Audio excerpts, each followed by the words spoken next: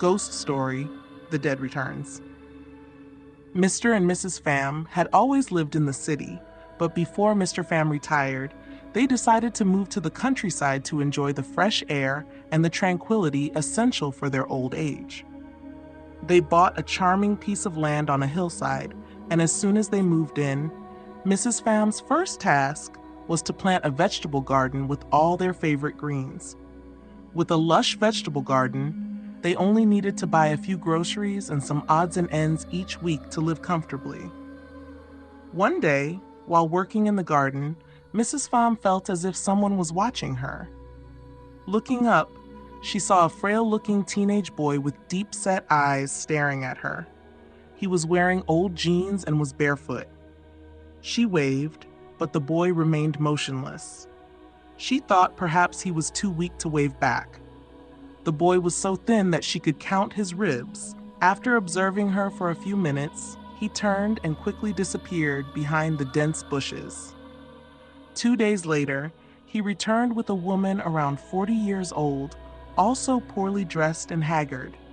The woman approached the fence and spoke to Mrs. Pham, while the boy followed her with his head down. "Are you the one who bought this land?"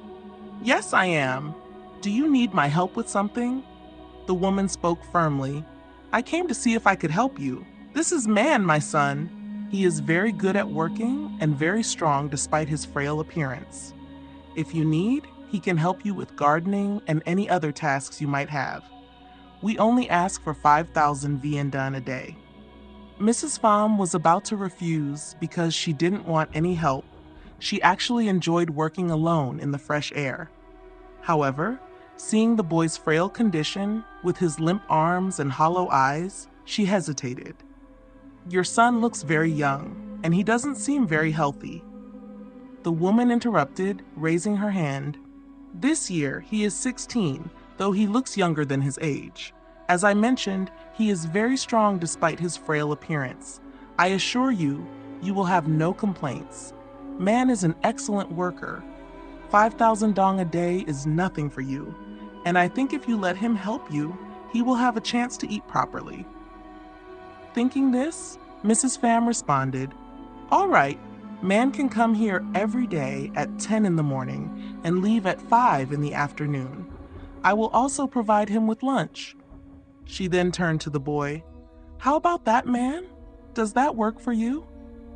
Man did not respond, making Mrs. Pham wonder if he had heard her because he remained still with his head down, not looking up. Man's mother gestured for Mrs. Pham to step aside with her and whispered, "Madam, I don't want my son to commute back and forth because our house is quite far from here. He can sleep in that small shed over there, and please don't worry about feeding him. I will bring food for him every day. He has trouble eating. I know what he likes and will take care of him. Each time I come, please give me 5,000 dong." "But what about Man? If he works for me, I should pay him directly." The woman shook her head. "Madam, you don't understand. I need the money to feed the other children at home. Man's father has passed away, and now he is the only one who can work to support the family. He wants to help me, and you will not regret taking him on. He is very diligent, works tirelessly, and never complains about anything." "All right, but I think he shouldn't sleep in the shed. Let me prepare a room in the house for him. My house is very spacious." "No, madam, it's all right. He doesn't need to sleep in the house. He has trouble sleeping, and I don't want him to disturb you. Sleeping in the thatched shed is best for him." So the next day, Man started working for Mrs. Pham. Before long, Mrs. Pham realized everything his mother said was true. Man never complained or showed signs of fatigue. Every morning, no matter how early the Phams woke up, Man was already working diligently, whether feeding the chickens and fish or gardening. Gradually, Mrs. Pham assigned Man some tasks inside the house, and no matter what she asked him to do, she never had to repeat herself. One day, she said to Mr. Pham, "Man is really good, but he doesn't seem like a boy. He's more like a machine. Do you know he never speaks a word to me? He also never looks at me. always staring at the ground. Mr. Pham grumbled, "Humph. All I know is he gives me the creeps. Maybe he's mute, and in my opinion, he might not be mentally stable." Mrs. Pham shook her head. "No, I think he's very intelligent. I just feel like he's a sleepwalker, working while asleep." Mr. Pham interrupted. "Well, the wage is acceptable." "No, it's not. Just 5,000 dong a day is not fair for someone who works so hard. Let's raise it to 10,000 dong. I'm not bothered by his presence, but let's see if the pay raise elicits any reaction from him." Mrs. Pham didn't think man cared about money, as he never touched it. Every day after the noon work session, he would stop working, stand still, and tilt his head as if listening. Minutes later, his mother would appear from behind the thick hibiscus bushes, bringing food in a tightly covered container. She would wait until Mrs. Pham paid her, then lead her son to the shed and wait while he ate. Mrs. Pham complained to her husband, "Why won't she let me feed him? I've seen the food she brings him. It looks like some kind of thin porridge. That's not suitable for a boy working so hard. He seems even thinner than when he first came here." Mr. Pham completely agreed. Man's facial bones were now clearly visible. When he bent down, his vertebrae stood out starkly against his shirt. Mrs. Pham tried again when she met Man's mother. "I want Man to have hot meals every day. Otherwise, I can't let him continue working like this. He's getting thinner and weaker each day. I'm afraid he might get sick or suffer from malnutrition." A look of panic appeared in the woman's eyes. "Madam, you don't understand. Man is just like his father. He can't eat the food you and I eat. He can't tolerate salt. His body can't handle it. Please let things continue as they are and let him keep working for you. He's the only child I can rely on. Without the money he earns here, his siblings at home will starve." Mrs. Pham had to concede. "All right, he can continue working for me. I must admit, he works very well, but he doesn't seem happy here. He never smiles or talks to me or my husband." The woman shrugged. "Madam, that doesn't mean anything. Man is very different. He doesn't have the same emotions as other children. He only knows one thing, to help me and his siblings. Please don't worry about him. He always does what he wants. Please just leave Man alone." However, Mrs. Pham still wondered, is that really what Man wants to do? One evening, she stood at the bedroom window, looking out at the thatched shed where Man usually slept. The boy wasn't sleeping. He was sitting at the door, hugging his knees, staring unblinkingly at the moon. She said aloud, "There must be something strange going on." Mr. Pham, half asleep, responded, "What are you talking about?" "That boy, Man. I've been watching him for half an hour.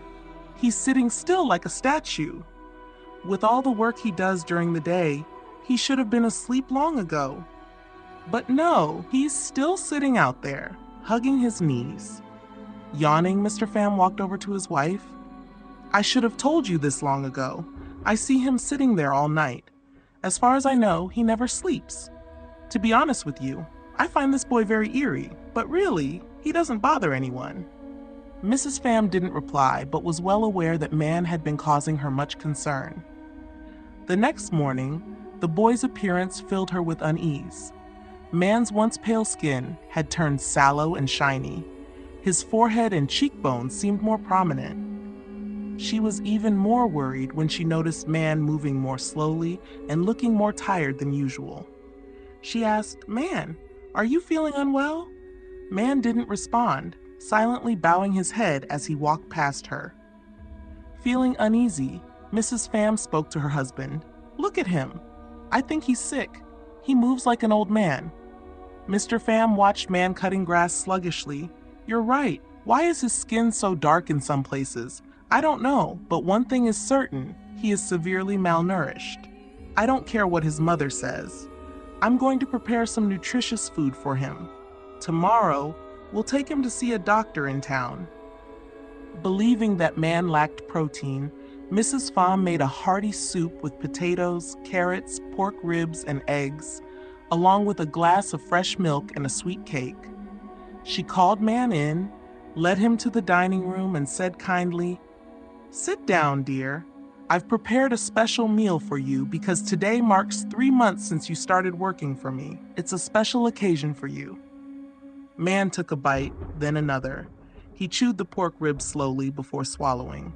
Then he stood up slowly. Mrs. Pham asked worriedly, "What's wrong? You haven't finished eating.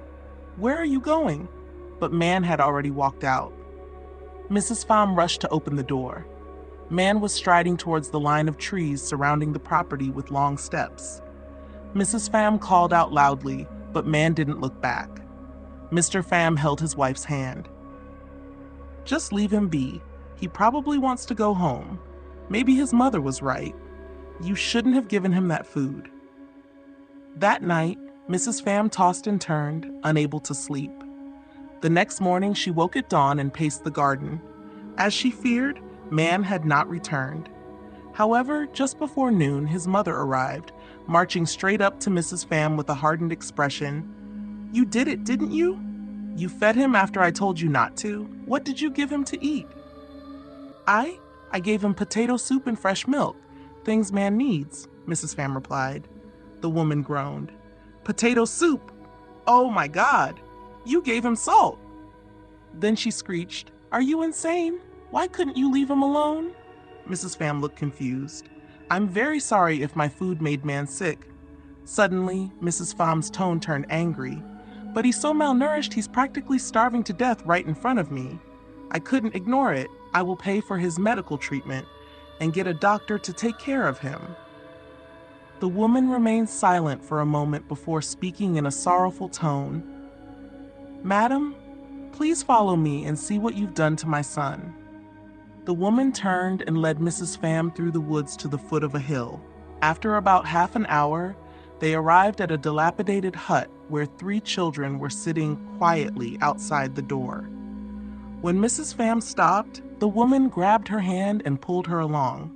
Mrs. Pham asked, "This isn't your home, is it? Man isn't in this house, is he?" The woman shook her head and kept walking. A few minutes later, they passed through a line of trees and came to an open area with several overgrown mounds of earth. Some mounds had crosses stuck in them, others did not. Mrs. Pham shuddered. "What is this place?" The woman responded calmly, "An old cemetery. No one uses it anymore. Come, follow me." She then pointed to a mound of earth. Mrs. Pham recoiled in shock, her skin prickling with fear when she saw the grass on top had been torn up, and it looked like someone had tried to dig a hole beneath it. No force on earth could have compelled her to approach the disturbed grave. However, from where she stood, Mrs. Pham could see a twisted shape in tattered jeans and a dirty t-shirt lying in the hole. The woman groaned. "There, that's man. That's where you sent him. My husband, and he died 2 years ago during a cold winter from pneumonia. I prayed for them both to return, but only man answered my prayers. He knew I needed him. He wanted to take care of me and his siblings. He was always a dutiful son." Mrs. Pham was stunned. "What are you saying? I don't understand any of this." The woman, seemingly unaware of Mrs. Pham's words, mumbled, "I had to take good care of him. Don't you know you can't feed the dead salt? Salt makes the dead forget everything except their final resting place. You made man return to his old grave, and now he will never leave it again. The end."